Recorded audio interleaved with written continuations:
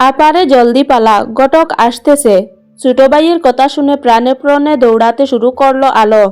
সবেমাত্র কলেজে ভর্তি হয়েছে, তাতেই যেন পাড়া পড়শি এবং ঘটকের জ্বালা ঘরে থাকা যাচ্ছে না।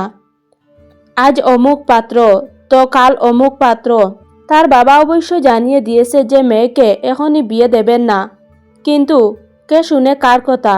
রোজ ঘটক এসে জ্বালিয়ে মারছে। আলো দৌড়াতে দৌড়াতে তার ফুফিদের বাড়িতে চলে গেল। সেখানে যাওয়ার পর বুঝতে পারল তার শহরে ফুফাতো ভাইয়ের বন্ধু মহল বাড়িতে এসেছে। আলো ওড়না মাথায় দিয়ে একরকম তাদের দৃষ্টি থেকে পালিয়ে তার ফুফুর রান্নাঘরের দিকে চলে গেল। গিয়ে দেখল সেখানে তার ফুফি আছে। বাতিজিকে দেখে রুমা মুচকি হেসে বললেন, "কি রে, আজও ঘটক এসেছে নাকি?" "হ্যাঁ ফুপি, রোজ রোজ তো অশান্তি ভালো লাগে না, কয়েকদিন না হয় আমাদের বাড়িতে এসে থেকে যা। ঘটকের আনাগুনা কমে গেলে তোদের বাড়িতে ফিরে যাস। মার শরীর ভালো না, তোর মা 12 মাসের মধ্যে 11 মাস অসুস্থ থাকে, এই আর নতুন কি? তুই থাক দুদিন এখানে।" ফুপির কথা শুনে আলোর চোখের কোণে জল চলে এলো। তার মা অসুস্থ মানুষ, তাই বলে ফুপি এভাবে মুখের ওপর কথাগুলো বলবে? কিরে আলো, বহুদিন পর দেখা পেলাম, কেমন আছিস? আলো পেছনে তাকিয়ে দেখলো জাহিদ ভাইকে। সম্পর্কে আলোর ফুফাতো ভাই হয়।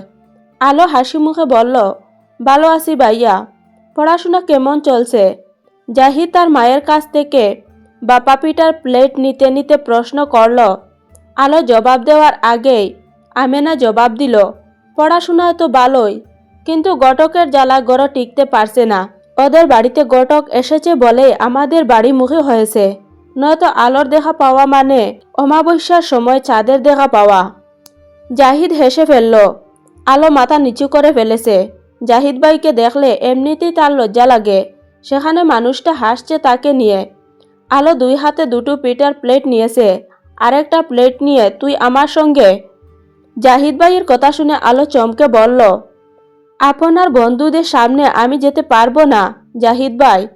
"আরে বোকা মেয়ে, তুই শুধু দরজা পর্যন্ত যাবি, ঘরের ভেতরে যাওয়া লাগবে না।" আলো মুখ কালো করে প্লেট হাতে নিয়ে জাহিদের পেছনে পেছনে হাঁটছে। জাহিদ দরজা খুলে ভিতরে ঢুকলো। আলো জাহিদের অপেক্ষায় যখন দাঁড়িয়েছিল দরজার বাইরে, ঠিক তখনই পেছন থেকে কারো কণ্ঠস্বর শুনতে পেয়ে আলো চমকে যায়। পেছনে ফিরে তাকাতে দেখতে পেল অতি সুন্দর এক পুরুষকে। কালো শার্ট পরনের মানুষটার কাঁধে গিটারের ব্যাগ ঝুলানো। আলো চট করে দৃষ্টি নত করে ফেলল। পথ ছেড়ে দাঁড়াতে আলোকে পাশ কাটিয়ে জাহিদের ঘরটা প্রবেশ করল পুরুষ মানুষটা। ঘরের ভিতর থেকে হাসি ঠাট্টা শব্দ ভেসে আসছে। আলো না পারছে ভিতরে যেতে, আর না পারছে চলে যেতে। মনে মনে ভীষণ বিরক্ত হলে জাহিদ ভাইয়ের ওপর। দীর্ঘশ্বাস ফেলে দরজায় নক করল 2 বার।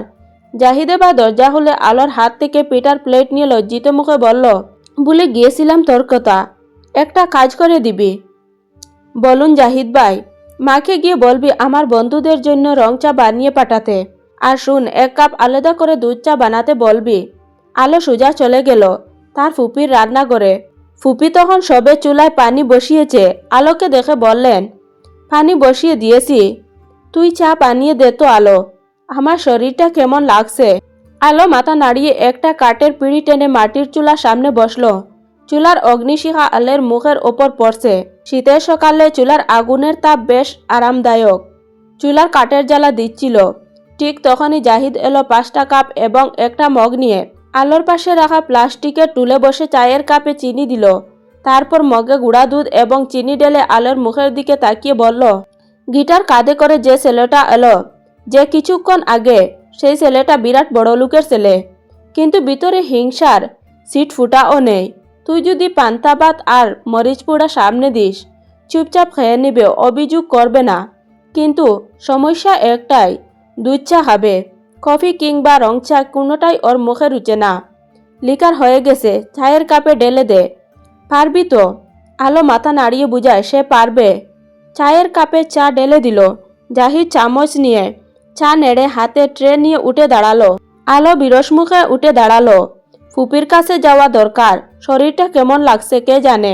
ফুপির ব্লাড প্রেশার বেড়ে গেছে, অথচ ঘরে ছেলে বন্ধুরা এসেছে, তাও আবার শহর থেকে। উপায়ন্তর না পেয়ে আলোকে রান্না বান্নার দিকটা সব সামলাতে হলো। আলোর কাজ দেখে মনে মনে শান্তি পাচ্ছে আমেনা সিদ্ধান্ত নিয়ে ফেললেন আলোর বাপ বিদেশে থেকে এলেই জাহিদের জন্য আলোকে চেয়ে দেখবেন। অবশ্য আফসার কোনোদিন বড় বোনের ওপর কথা বলেনি, এই ব্যাপারে হয়তো বলবে না।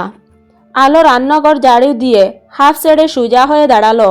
গলার দুপাশে ওড়না জ্বলিয়ে কপালের ওপর ছড়িয়ে চিটিয়ে থাকা এলোমেলো চুলগুলো হাত দিয়ে খোপা করার সময় চোখ পড়ল রান্নাঘরের দরজার বাইরের উঠানে। উঠানে দাঁড়িয়ে থাকা সেই পুরুষটা আলোর দিকে ঝুঁকি তাকিয়েছিল এতক্ষণ। আলো ভীষণ লজ্জা পেয়ে পিছনে ঘুরে দাঁড়ালো। এমন সময় জাহিদ ভাইয়ের কণ্ঠ শুনতে পেল। মেঘালয় বলে কাউকে উচ্চস্বরে ডাকছে। আসছি। কি বরাট কণ্ঠ! আলোর গা শিরশির করে উঠল। পেছনে ফিরে তাকানোর সাহস হলো না। বারবার মনে হচ্ছিল মানুষটার তীক্ষ্ণ দৃষ্টি এখনও তার উপরে আছে। ভালো লাগছে না আর। আলো আর ফুপির কাছ থেকে বিদায় নিতে চলে যাচ্ছিল। আমেনা তো অবাক হয়ে বলেই বসল, এই না কদিন থাকার কথা তোর। আলো মাথা নিচু করে তাকে। কি বলবে সে?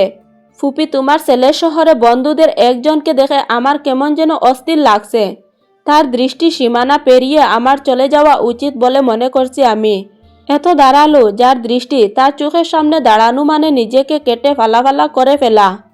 আলোর চলে যাওয়া মানুষ কথা শুনে বাদশাদে জাহিদ।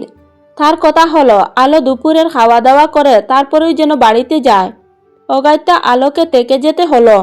গোসল শেষ করে তার ফুপির একটা গোলাপি রঙের সুতির শাড়ি পরল। মাথায় লাল গামছা বেঁধে উঠানের দড়িতে ভেজা কাপড়গুলো মেলে দিচ্ছিল। ঠিক তখন কারো কাশির শব্দ শুনে আলো দড়িতে মেলে দেওয়া ভেজা ওড়নার আড়ালে গিয়ে দাঁড়ালো। একটা হেল্প করবেন আমার? সেই বরাট কণ্ঠের মালিক আবার আলোর নিকটে এসে দাঁড়িয়ে আছে। মানুষটার এবং তার মাঝে কেবল একটা ভেজা ওড়নার দূরত্ব। আলোর কাছ থেকে জবাব না পেয়ে মানুষটা ইতস্তত ভঙ্গিতে বলল,